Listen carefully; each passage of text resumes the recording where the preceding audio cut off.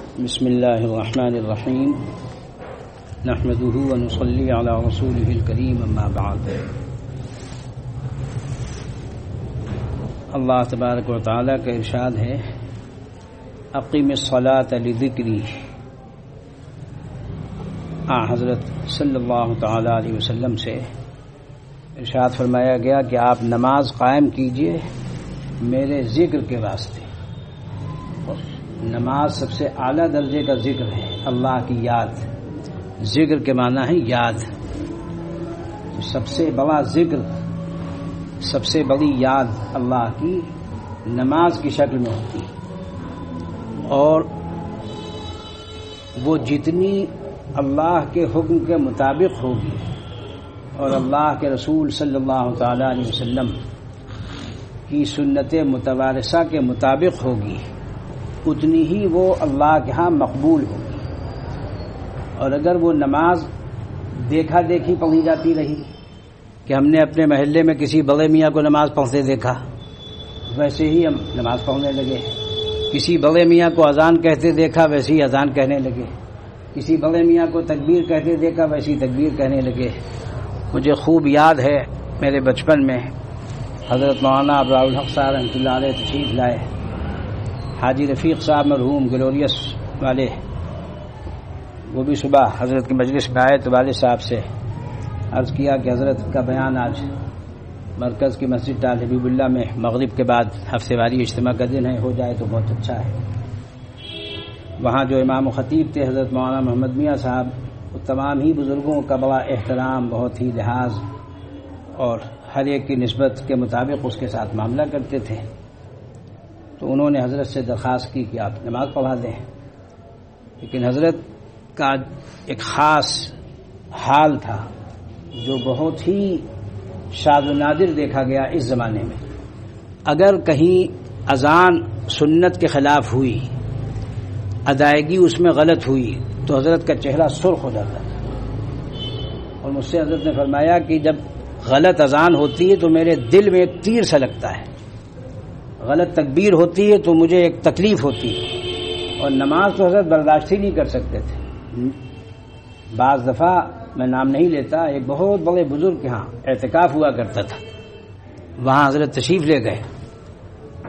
وہاں امام صاحب نے فر فر فر فر فر فر فر فر تراویح پڑھی. 2 رکعت کے بعد حضرت نے فوراً وہاں سے خدام سے فرمایا یہاں سے چلو. دوسری مسجد گئے، وہاں دیکھا وہاں بھی یہی صورت. تیسری مسجد گئے، پتہ چلا وہاں بھی وہی صورت. 3 مسجدوں کے بعد پھر حضرت نے اپنی نماز خود ادا کی. تو یہ حضرت کی کیفیت تھی. کیوں؟ اس وجہ سے کہ ہم لوگوں کا تعلق اللہ تعالیٰ سے جیسا ہونا چاہیے ویسا نہیں ہے. نماز پڑھ لیں، پوری زندگی گزر گئی، بچپن سے جوانی آ گئی، نوجوانی سے جوانی سے گزر گئے، ادھیڑ عمر میں پہنچ گئے، بڑھاپا آ گیا، دانت بھی ٹوٹ گیا، بدائیگی بھی مشکل. مگر نماز سنت کے خلاف، شریعت کے خلاف. ابھی انشاءاللہ تعالی میں نے سوچا کہ یہ کتاب آپ حضرات کو سنائی جائے، لیکن پھر وہی میری طبیعت لوٹ جاتی. سب سے پہلے اذان درست ہونی چاہیے. جو حضرات یہاں اس مسجد میں رہتے ہیں ان کو بتلا دیا جائے کہ اذان وہ کہے جو اذان کہنا جانتا ہو، تکبیر وہ کہے جو تکبیر کہنا جانتا ہو، ورنہ بجائے ثواب کے گناہ ہوتا ہے.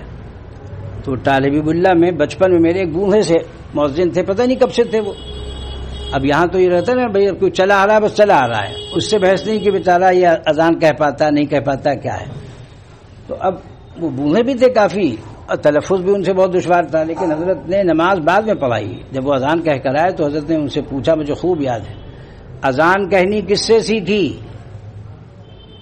تو انہوں نے وہ جو عام جواب ہوتا ہے کہ حضرت ہم تو بچپن سے جیسے سنتے آ رہے تھے ویسے تھے. فرمایا کہ بتائیے دنیا کا کوئی کام ہوتا ہے کہ ہم نے جیسا دیکھا ویسا شروع کر دیا؟ ابھی اذان سیکھنی چاہیے. یہ کہہ کر حضرت نے نماز پہ پڑھائی. نماز کے بعد 3 گھنٹے بیان کیا، علم کی ضرورت پر، تعلیم کی ضرورت پر، تربیت کی ضرورت پر، اصلاح کی ضرورت پر. خلاصہ عرض کر رہا ہوں. اور لب لباب یہ تھا کہ بھئی جب تک کہ آدمی کی تعلیم نہیں ہوگی، تربیت نہیں ہوگی، اصلاح نہیں ہوگی، تو اس کے بغیر اگر دعوت و تبلیغ کی جائے گی تو کیسی ہوگی بھائی؟ اس میں نہ علم نہ تربیت نہ اصلاح، پھر کہے کہ بھائی دعوت و تبلیغ کہے کہ کس چیز کی؟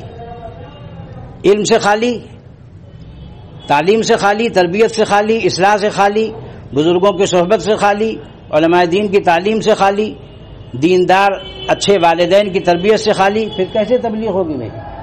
وہ ہوگی جو دل اور دماغ میں ہوگا، وہ بولے گا آدمی۔ ہر شخص بولتا ہے، ہر شخص بولتا ہے، چونکہ اللہ نے زبان دی، ہر شخص بول سکتا ہے۔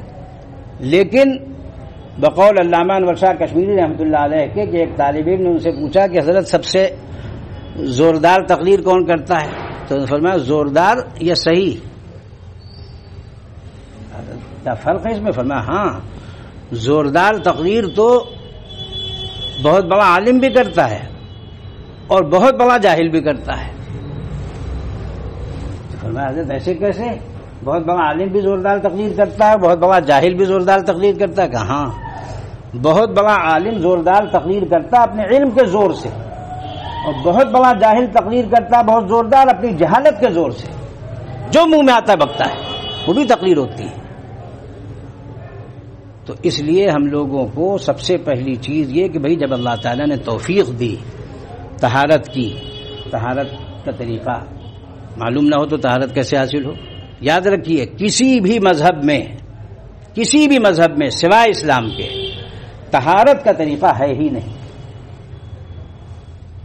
اوپری صفائی ہے، جس کو طہارت کہتے ہیں پاکی، وہ ہے ہی نہیں کہیں۔ یہ صرف اللہ تعالیٰ کا فضل ہے کہ اس نے ہم کو طہارت کا طریقہ بتایا رسول اللہ صلی اللہ علیہ وسلم کے ذریعے۔ ورنہ آپ کو معلوم ہے جب حضور اقدس صلی اللہ علیہ وسلم نے اسلام کی تبلیغ فرمائی تو جو جاہل احمق کفار و مشرکین تھے وہ کیا کہتے تھے؟ کہتے تھے بتائیے یہ استنجا کا بھی طریقہ بتاتے ہیں۔ ابو داؤد شریف روایت موجود ہے اور بھی روایات کتابوں میں، بتائیے یہ استنجا کا بھی طریقہ بتاتے ہیں، استنجا بھی کوئی بتانے کی چیز ہے؟ یہ کفار کہتے تھے آپ صلی اللہ علیہ وسلم۔ کہتے ہیں کہ بھائی دور چلے جاؤ، لوگوں کی نظروں سے اوجھل ہو جاؤ، کسی کے سامنے نہ بیٹھ جاؤ۔ حدیث شریف میں آتا ہے کہ قبر والوں کو عذاب ہو رہا تھا، کسی قبر والے کو عذاب ہو رہا تھا، تو آپ صلی اللہ علیہ وسلم نے دو قبروں کے برابر سے گزرے، آپ نے فرمایا ان دونوں قبر والوں کو عذاب ہو رہا ہے۔ پوچھا یا رسول اللہ کس وجہ سے عذاب ہو رہا ہے؟ فرمایا ایک کو تو ہو رہا ہے پیشاب سے نہ بچنے کی وجہ سے، اور دوسرے کو عذاب ہو رہا ہے چغل خوری اور بات ادھر کی ادھر، لوگوں کو لڑاتا بھگاتا رہتا تھا، یہ کام ہی کرتا تھا چغل خوری کی وجہ سے، نمیمے کی وجہ سے، اور اس کو عذاب ہو رہا ہے۔ تو اس میں آتا ہے لا یستتر بولہ، تو چونکہ عربی زبان بڑی بلیغ زبان ہے تو اس کی تشریح میں محدثین نے محققین نے لکھا ہے کہ وہ پیشاب سے بچتے نہیں تھے، یعنی اس کی چھینٹوں سے نہیں بچتے تھے، اور دوسری تفسیر یہ ہے کہ وہ ستر نہیں کرتے تھے، یعنی پردہ نہیں کرتے تھے، ایسے ہی بیٹھ جاتے تھے کھلے۔ تو پیشاب کھلی لوگوں کے سامنے کھلا بیٹھ جانا یہ بھی عذاب قبر کا باعث ہے، اور جن کے درجے بڑے ہوتے ہیں ان کے پھر معاملات بھی بڑے ہوتے ہیں۔ ایک بڑے محدث ہیں، وہ فرما رہے ہیں کہ میں فلاں شخص سے حدیث لینے جایا کرتا تھا، وہ محدث تھا، حدیث کا عالم تھا، مگر ایک دن میں گیا تو میں نے دیکھا کہ وہ یہ کھولے بیٹھا ہے، گھٹنے سے اوپر کا حصہ کھولے بیٹھا ہے۔ تو انہوں نے کہا کہ یہ کیا؟ تو کہنے لگے اس میں کوئی حرج نہیں۔ جب انہوں نے کہا اس میں کوئی حرج نہیں تو انہوں نے ان سے حدیث لینی چھوڑ دی، چونکہ اس کے اندر احتیاط نہیں ہے، بے احتیاط آدمی، تو ایسے بے احتیاط آدمی سے جب علم لیں گے تو وہ علم بھی بے احتیاط ہوگا۔ تو علم بھی دو طرح کے ہیں، احتیاط جس سے آئے اور جس سے بے احتیاطی آئے، دونوں طرح کے لوگ چل رہے ہیں، ہر زمانے میں رہے ہیں، ایسا نہیں کوئی آج ہو گئے ہوں۔ ایک مفتی صاحب نے کہہ دیا کہ بھئی سود لینا دینا لکھنا پڑھنا اس پر گواہ بننا حرام ہے، فوراً اس برادری کے چودھریوں نے دوسرا مفتی رکھ لیا کہ اب ان سے مسئلہ نہیں پوچھیں گے، چونکہ یہ سود لینے دینے اور گواہ بننے اور اس کے سلسلے میں لکھنے پڑھنے کو اور اس کی پرچے بازی کو سود کہتے ہیں، لہذا یہ مفتی فتویٰ لینے کے لائق نہیں، ان کو ریجیکٹ کر دیا۔ کیا ہوا نتیجہ؟ اللہ کے ہاں وہ لوگ ریجیکٹ ہو گئے وہ مقبول، وہ مفتی، اور یہ مردود ہو گئے اللہ کی نگاہ میں. چاہے جتنے زرق برق کپڑے پہن کر پھرو، عطر لگا کر اور کلف لگا کر، اللہ تعالیٰ کے ہاں مقبولیت کی علامت نہیں ہے. یہ اللہ تعالیٰ کے ہاں علامت ہے مقبولیت کی حرام سے بچنا، حلال کو اختیار کرنا. جس چیز کو اللہ نے حلال کیا اس کو تو ہم لوگ حرام کیے ہوئے ہیں. اور معاملہ برعکس، اللہ تعالیٰ حفاظت فرمائے. سب سے پہلی چیز، بنیادی چیز ہے گناہوں سے بچنا. تو طہارت کا اہتمام، اور پھر اذان کہنا سیکھیں، تکبیر کہنا سیکھیں، پھر نماز پڑھنا سیکھیں. پوری زندگی گزر جاتی ہے نماز نہیں آتی، کتنے افسوس کی بات ہے. تھوڑا سا سنا دو، یہ تمہید میں نے اس لیے سنا دی، یہ حصہ یہ حصہ شروع کا سنا دو. بسم اللہ. بھائی سب پانی مجھے پلوا دو، پانی. اس میں شک نہیں، ایمان کے بعد سب سے محتم شان فریضہ نماز ہے، جو صاحب ایمان کی علامت اور شعار. سمجھے آپ؟ ایمان، جس چیز کو اللہ نے حکم دیا ہے، اللہ کے رسول صلی اللہ علیہ وسلم کے واسطے سے جس چیز کا بھی حکم دیا ہے، کرنے کا یا نہ کرنے کا، اس پر یقین رکھنا، یہ ایمان ہے. نماز ہر قسم کے خیر و خوبی کی ضامن اور اس کا چھوڑنا ہر قسم کی برائی اور بدحالی کا سبب ہے. لیکن یہ صورتحال افسوسناک بلکہ انتہائی تشویشناک حد کو پہنچ گئی ہے کہ آج مسلم طبقے کی اکثریت کے دل سے نماز کی اہمیت نکلتی جا رہی ہے، بلکہ نکل چکی ہے. جو حضرات نماز کے پابند کہے جاتے ہیں ان میں بھی اکثریت نماز کے آداب و شرائط سے غافل ہے. تکبیر تحریمہ سے لے کر سلام پھیرنے تک کچھ مخصوص اعمال ہیں جو غیر اختیاری طور سے ہوتے رہتے ہیں اور بس. یعنی نیت باندھی وہ کٹ کٹ کٹ کٹ کٹ جیسے کوئی مشین بھر دی جائے، ایسے نہیں، سنت کے مطابق. سخت ضرورت تھی کہ نماز کی ترغیب کے علاوہ اس میں برتی جانے والی عام کوتاہیوں کی نشاندہی اور ان سے بچنے کی آسان ترتیب بتائی جائے. کامل نماز جو اللہ سے قرب کا ذریعہ ہو، اس کی صفات اور ان صفات کے پیدا کرنے کی آسان شکل پیش کی جائے. مقام اب یہ کتاب انشاءاللہ تعالی آج تو میں نے اس کی جو ضرورت ہے وہ عرض کر دی، انشاءاللہ اگلی دفعے سے وہ اصل مضمون شروع کر دیا جائے گا. ہاں ایک چیز اور میں بھول جاتا ہوں، ہم لوگ چونکہ حنفی ہیں، حنفی مسلک میں سورہ فاتحہ جب امام پوری کرے، اوروں کو بھی بتا دیجیے جو اس وقت موجود نہیں ہے، وہ زور سے آمین ان کے لیے کہنا خلاف سنت ہے، سنت کے خلاف ہے. سنت یہ ہے کہ جب اللہ سے امام نے دعا کی تو امام جب زور سے پڑھتا تو ہم بولتے تھوڑی رہتے ہیں.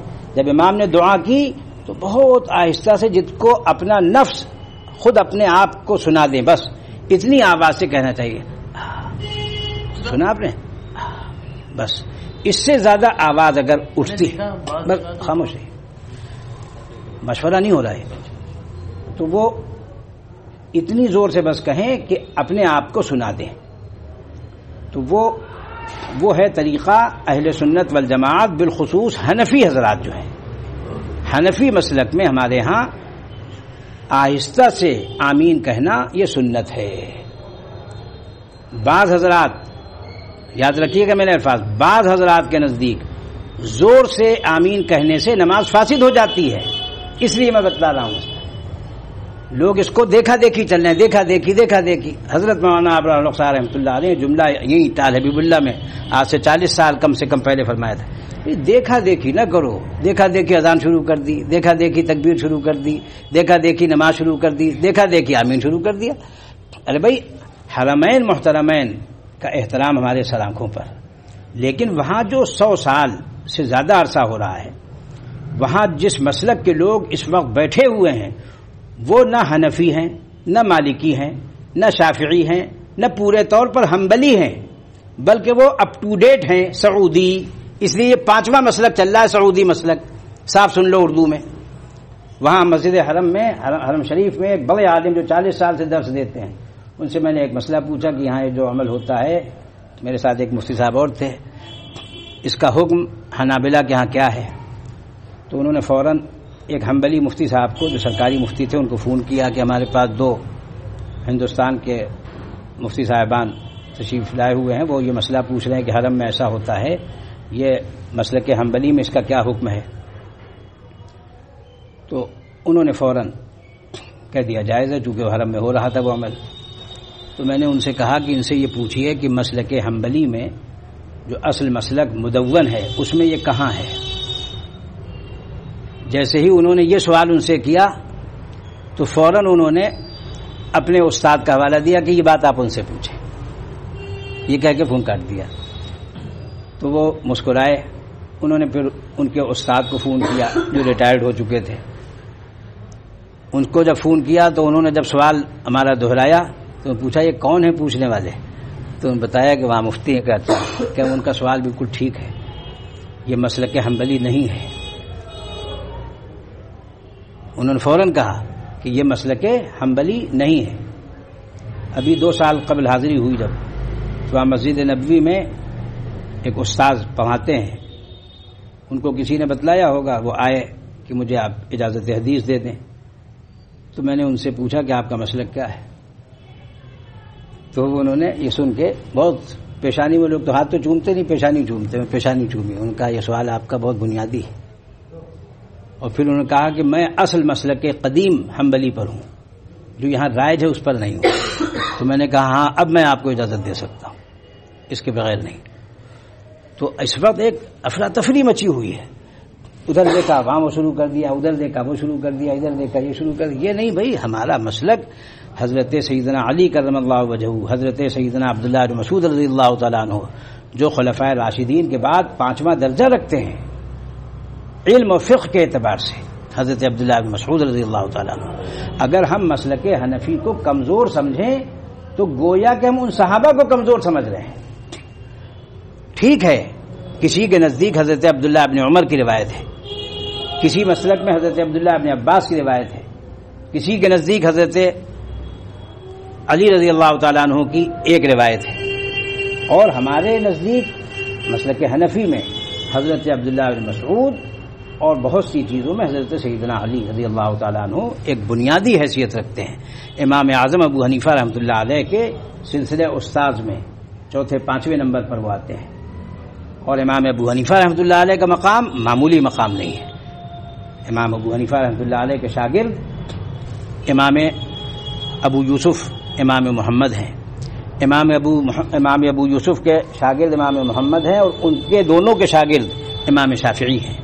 امام شافعی کے شاگرد امام احمد ابن حنبل ہیں، امام احمد ابن حنبل کے شاگرد یحییٰ ابن معین ہیں، یحییٰ ابن معین کے شاگرد امام بخاری ہیں۔ تو پہلے باپ دادا نسل سمجھیں لوگ، پھر کوئی بات کریں۔ وہ سمجھ رہے ہیں امام ابو حنیفہ کو خالی خولی نہیں ہے، بہت بڑے آدمی ہیں۔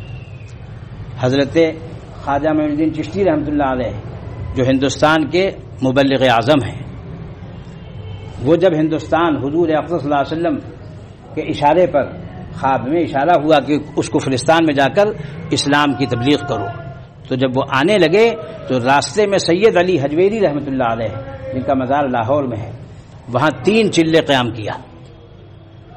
حضرت خواجہ معین الدین چشتی رحمۃ اللہ علیہ نے 3 چلے ان کی مسجد میں قیام کیا، اور یہاں کے لیے دعا کی کہ یہاں آگے بڑھنے میں ہم کو اللہ تعالیٰ کی نصرت اور غیبی مدد حاصل ہو۔ وہ حضرت سیدنا حسن رضی اللہ تعالیٰ عنہ، آپ صلی اللہ علیہ وسلم کے نواسے، حضرت سیدنا حسن کی 8ویں پشت میں ہے، 8ویں اولاد میں ہے، اور خواجہ معین الدین چشتی رحمۃ اللہ علیہ حضرت سیدنا حسین کی 11ویں پشت میں ہے۔ 3 پشتوں کا فرق ہے نیچے۔ تو خواجہ معین الدین چشتی بھی بڑے آدمی ہیں، اور ان کے بھی دادا کی کیفیت میں سید علی حجویری ہیں۔